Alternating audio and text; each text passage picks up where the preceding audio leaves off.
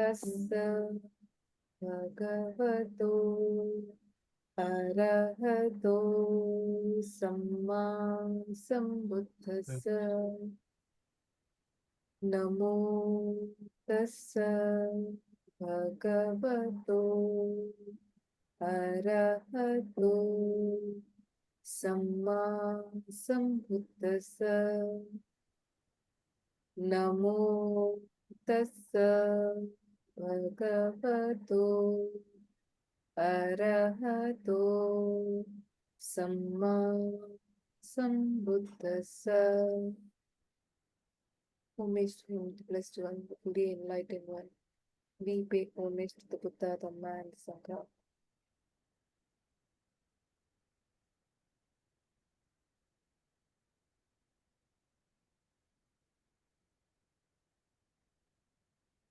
Hello and welcome everyone for the Wednesday Dhamma reading session. Today we'll be reading from the Dhammapada stories. Last time we read from the Papavagga, and in that same Papavagga we have another 4 stories and verses left. So we are going to continue same Papavagga. We left at verse number 124. We finished it. So we are continuing from verse number 125 today. Nanda, madam, would you like to read? Verse 1 to 5. If one wrongs a person who should not be wronged, one who is pure and is free from moral defilements, viz. An arhat, the evil falls back upon that fool like fine dust thrown against the wind. 1. Narasa Posasa and Arahant. The story of Koka the huntsman. While residing at the Jetavana monastery, the Buddha uttered verse 1 to 5 of this book with reference to Kola the huntsman. One morning, as Kola was going out to hunt with his pack of hounds, he met a bhikkhu entering the city for alms food. He took that as a bad omen and grumbled to himself, "Since I have seen this wretched one, I don't think I would get anything today." And he went on his way. As expected by him, he did not get anything. On his way home also he again saw the same bhikkhu returning to the monastery after having had his alms food in the city. And the hunter became very angry. So he set his hounds on the bhikkhu. Swiftly the bhikkhu climbed up a tree to a level just out of reach of the hounds. Then the hunter went to the foot of the tree and pricked the heels of the bhikkhu with the tip of his arrow.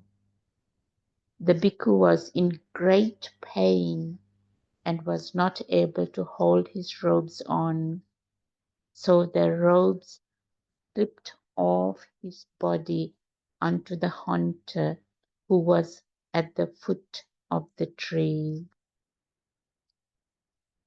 The dogs, seeing the yellow robe, thought that the bhikkhu had fallen off the tree and pounced on the body, biting and pulling at it furiously. The bhikkhu, from his shelter in the tree, broke a dry branch and threw it at the dogs. Then the dogs discovered that they had been attacking their own master instead of the bhikkhu and ran away into the forest. The bhikkhu came down from the tree and found that the hunter had died and felt sorry for him.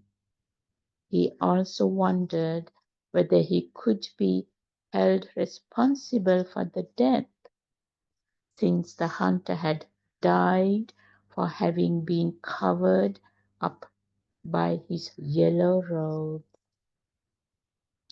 So he went to the Buddha to clear up his doubt. The Buddha said, "My son, rest assured and have no doubt you are not responsible for the death of the hunter.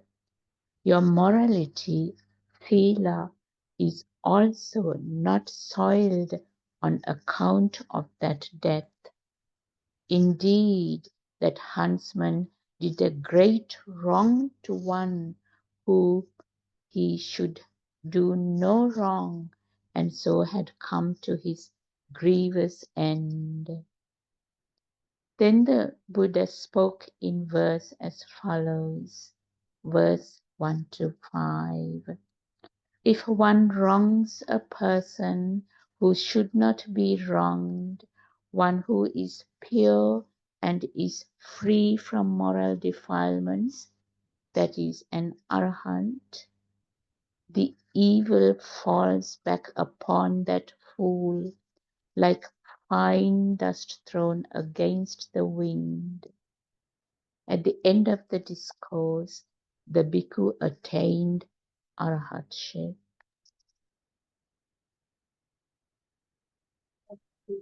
Thank you, Nanda madam. And here also we can see it is talking about the action and the intention behind it. If you do not have the intention, then it is not going to cause you any harm. But if the intention is not wholesome, then definitely it is adding much bad to our suffering.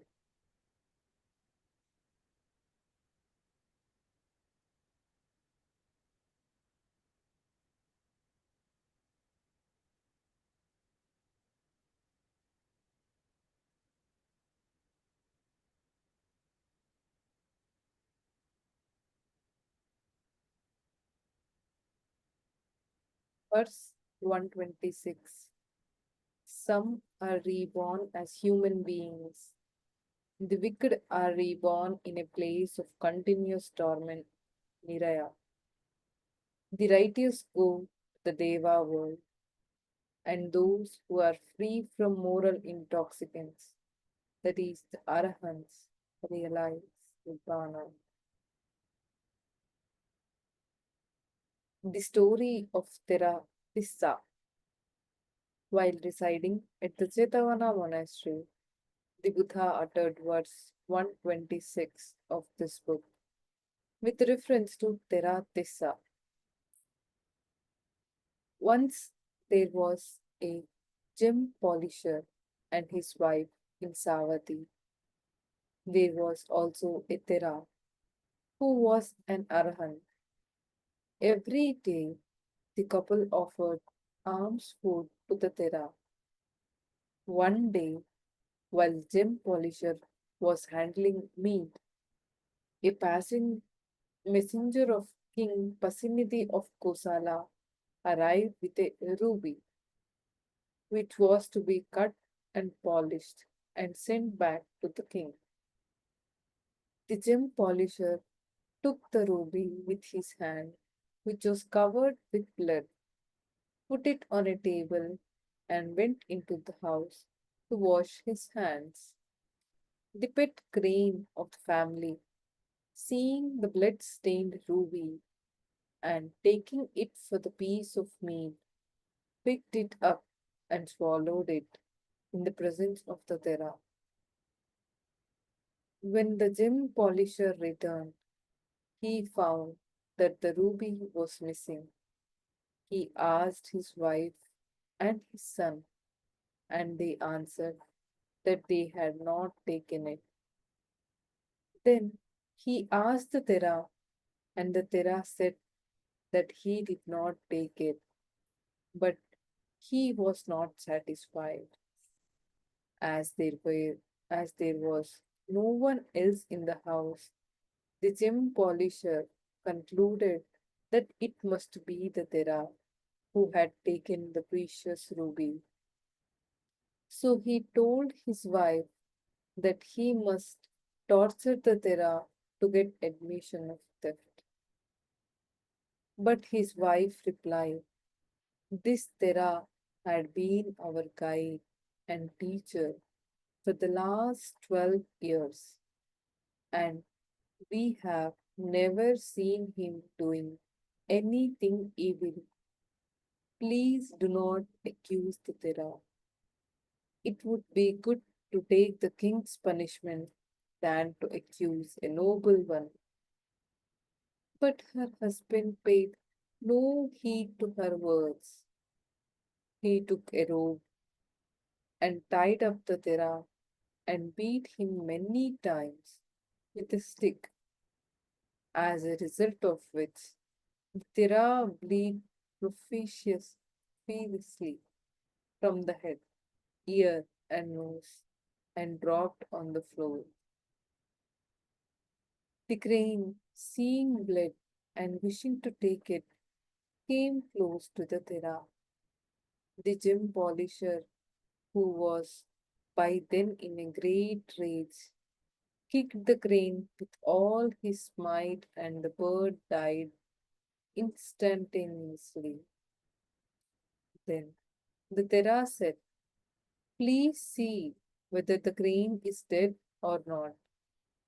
And the gem polisher replied, you too shall die like this crane. When the Tera was sure the crane has died, he said softly, my disciple, the crane swallowed the ruby. Hearing this, the gem polisher cut up the crane and found the ruby in its stomach. Then gem polisher realized his mistake and trembled with fear. He pleaded with the Tera to pardon him and also to continue standing at his door for alms. To him, the Tera replied, my disciple, it is not your fault, nor is it mine. This has happened on account of which has been done in our previous existences. It is just our depth in samsara. I feel no ill will towards you. As a matter of fact, has happened because I have entered a house. From today, I would not enter any house.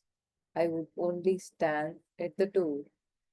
Soon after saying this, Titira expired as a result of his injuries. Later, the bhikkhus asked the Buddha where the various characters in the above episode were reborn, and the Buddha answered, the crane was reborn as the son of the gem polisher. The gem polisher was reborn in Niraya. The wife of the gem polisher was reborn in one of the Deva world, and the Tera, who was already an Arahant when he was leaving, realized Parinibbana. Then the Buddha spoke in verse as follows. Some are reborn as human beings. The wicked are reborn in a place of continuous torment, Niraya. The righteous go to the Deva world, and those who are free from moral intoxicants, the Arahants, realize Nibbana.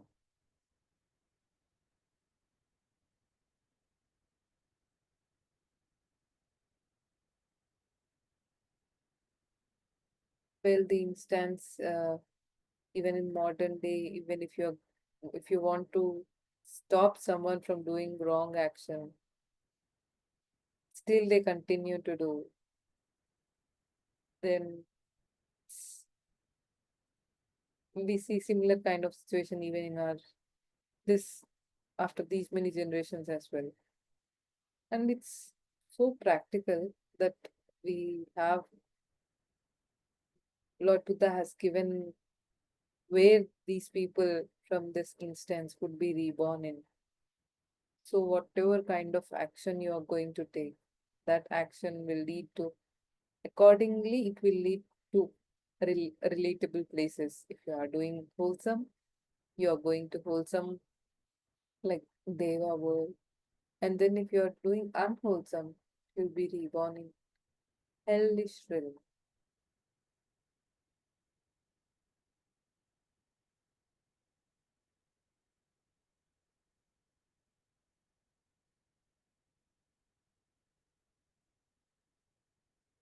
Paul sir, can you read?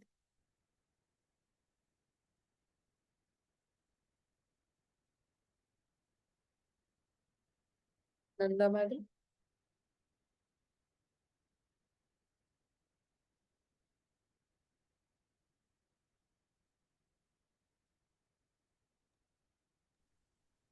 Verse 1 to 7. Not in the sky, nor in the middle of the ocean, nor in the cave of a mountain, nor anywhere else is there a place where one may escape from the consequences of an evil deed. The story of three groups of persons. While residing at the Jetavana monastery, the Buddha uttered verse 1 to 7 of this book with reference to questions raised by three groups of bhikkhus concerning three extraordinary incidents. The first group, a group of bhikkhus, were on their way to pay homage to the Buddha, and they stopped at a village on the way. Some people were cooking alms food for those bhikkhus when one of the houses caught fire and a ring of fire flew up into the air. At that moment, a crow came flying, got caught in the ring of fire, and dropped dead in the central part of the village. The bhikkhus seeing the dead crow, the bhikkhus seeing the dead crow, observed that only the Buddha would be able to explain for what evil deed this crow had to die in this manner. After taking alms food, they continued on their journey to pay homage to the Buddha and also to ask about the unfortunate crow. The second group, another group of bhikkhus, were traveling in a boat. They too were on their way to pay homage to the Buddha. When they were in the middle of the ocean, the boat could not be moved. So lots were drawn to find out who the unlucky one was. 3 times the lot fell on the wife of the skipper. Then the skipper said sorrowfully, "Many people should not die on account of this unlucky woman. Tie a pot of sand to her neck and threw her into the water so that I would not see her." The woman was thrown into the sea as instructed by the skipper, and the ship could move on. On arrival at their destination, the bhikkhu disembarked and continued on their way to the Buddha. They also intended to ask the Buddha due to what evil karma the unfortunate woman was thrown overboard. The third group, a group of 7 bhikkhus, were also on their way to pay homage to the Buddha. On the way, they inquired at a monastery whether there was any suitable place for them to take shelter for the night in the neighborhood. They were directed to a cave, and there they spent the night. But in the middle of the night, a large boulder slipped off from above and effectively closed the entrance. In the morning, the bhikkhus from the nearby monastery, coming to the cave, saw what had happened, and they went to bring people from 7 villages. With the help of these people, they tried to move the boulder, but it was of no avail. Thus, the 7 bhikkhus were trapped in the cave without food or water for 7 days. On the 7th day, the boulder moved miraculously by itself, and the bhikkhus came out and continued their way to the Buddha. They also intended to ask the Buddha due to what previous evil deed they were thus shut up for 7 days in a cave. The 3 groups of travelers met on the way, and together they went to the Buddha. Each group related to the Buddha what they had seen or experienced on their way, and the Buddha answered their questions. The Buddha answer to the first group, because once there was a farmer who had an ox. The ox was very lazy and also very stubborn. It could not be coaxed to do any work. It would lie down chewing the cud and else go to sleep. The farmer lost his temper many times on account of this lazy, stubborn animal. So in anger, he tied a straw rope round the neck of the ox and set fire to it, and the ox died. On account of this evil deed, the farmer had suffered for a long time in Niraya, and in serving out the remaining part of his punishment, he had been burnt to death in the last 7 existences. The Buddha's answer to the second group, because once there was a woman who had a pet dog. She used to take the dog along with her wherever she went, and the young boys of the city poked fun at her. She was very angry and felt so ashamed that she planned to kill the dog. She filled a pot with sand and tied it round the neck of the dog and threw it into the water, and the dog was drowned. On account of this evil deed, that woman had suffered for a long time in Niraya, and in serving the remaining part of her punishment, she had been thrown into the water to drown in the last 100 existences.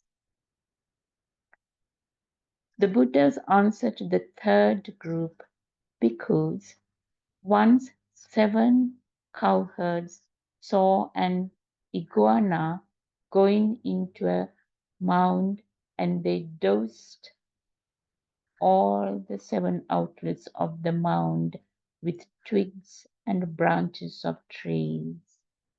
After closing the outlets, they went away, completely forgetting the iguana that was trapped in the mound. Only after 7 days they remembered what they had done, and hurried returned to the scene of their mischief and let out the iguana. On account of this evil deed, those 7 had been imprisoned together for 7 days without any food in the last 14 existences. Then a bhikkhu remarked, "Oh, indeed, there is no escape from evil consequences for one who has done evil, even if he were in the sky or in the ocean or in a cave." To him, the Buddha said, "Yes, bhikkhu, you are right. Even in the sky or anywhere else, there is no place which is beyond the reach of evil consequences." Then the Buddha spoke in verse as follows, verse 127. "Not in the sky, nor in the middle of the ocean, nor in the cave of a mountain, nor anywhere else is there a place where one may escape from the consequences of an evil deed." At the end of the discourse, all the bhikkhus attained Sotapatti fruition.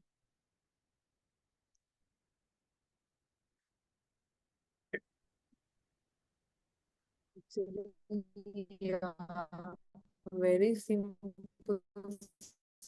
stories reading, but very much learning. We can learn how, what kind of action is what kind of action is leading to which kind of consequences. And I really started liking to read this Dhammapada verses and stories. Similar words, but the instance changes in this. Not in the sky, nor in the middle of the ocean, nor in the cave of a mountain, nor anywhere else is there a place where one cannot be oppressed by death. The story of King Supabuddha. While residing at the Nigrodharama monastery, the Buddha uttered verse 128 of this book with reference to King Supabuddha. King Supabuddha was the father of Devadatta and father-in-law of Prince Siddhartha, who later became Gautama Buddha. King Supabuddha was very antagonistic to the Buddha for 2 reasons. First, because as Prince Siddhartha, he had left his wife Yashodhara, the daughter of King Supabuddha, to renounce the world. And secondly, because his son Devadatta, who was admitted into the order by Gautama Buddha, had come to regard the Buddha as his arch enemy. One day, knowing that the Buddha would be coming for alms food, he got himself drunk and blocked the way. When the Buddha and the bhikkhus came, Supabuddha refused to make way and sent a message saying, "I cannot give way to Samana Gautama, who is so much younger than me." Finding the road blocked, the Buddha and the bhikkhus turned back. Supabuddha then sent someone to follow the Buddha secretly and find out what the Buddha said and to report him. As the Buddha turned back, he said to Ananda,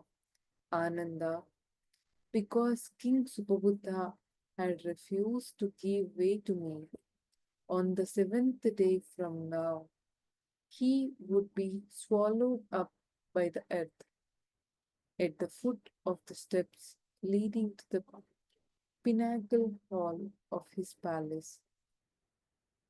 The king's spy heard these words and reported to the king. And the king said that he would not go near those steps and would prove the words of the Buddha to be wrong. Further, he instructed his men to remove those steps so that he would not be able to use them. He also kept some men on duty with instructions to hold him back should he go in the direction of the stairs. When the Buddha was told about the king's instructions to his men, he said, Bhikkhus, whether King Supabuddha lives in a pinnacle tower or up in the sky or in an ocean or in a cave, my word cannot go wrong. King Supabuddha will be swallowed up by the earth at the very place I have told you. Then the Buddha spoke in verse as follows: Not in the sky, nor in the middle of the ocean, nor in the cave of a mountain, nor anywhere else is there a place where one cannot be oppressed by death. On the seventh day, about the time of the alms meal, the royal horse got frightened for some unknown reason and started sneaking loudly and kicking out furiously. Hearing frightening sounds from his horse, the king felt that he must handle his pet horse, and forgetting all precautions, he started towards the door. The door opened of its own accord. The steps which had been pulled down earlier were also there. His men forgot to stop him from going down. So the king went down the stairs, and as soon as he stepped on the earth, it opened and swallowed him up and dragged him right down to Avitsi Nidaya.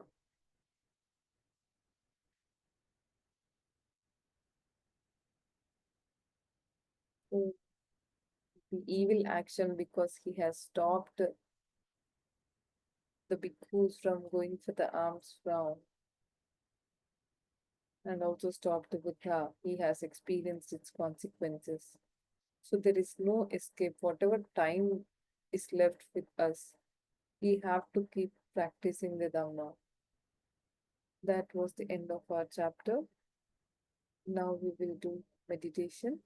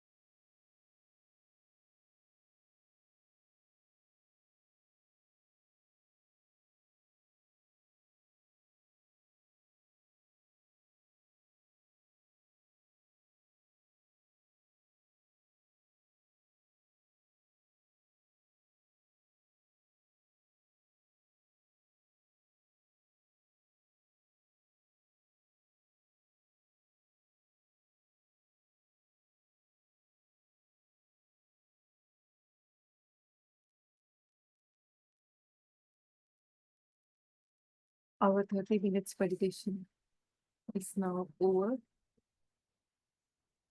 You may open your eyes slowly.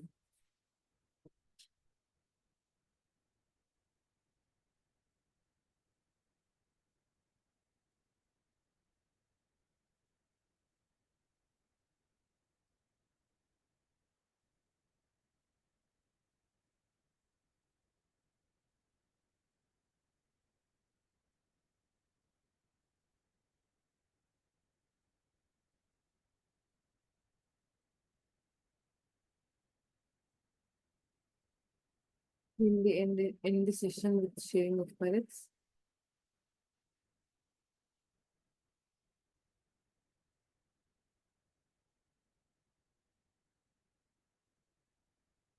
May suffering ones be suffering free, and the fear stop, fearless free.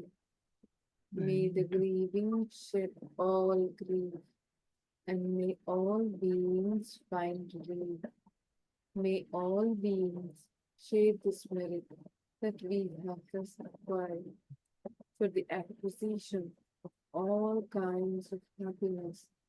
May beings inhabiting space and earth, devas and nagas of mighty power, share this merit of ours.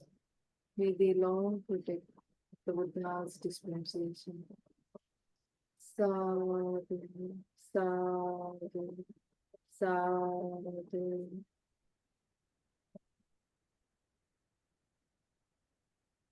May you all be well and happy. Thank you, Nanda Madam. Thank you, Paul sir. Thank you.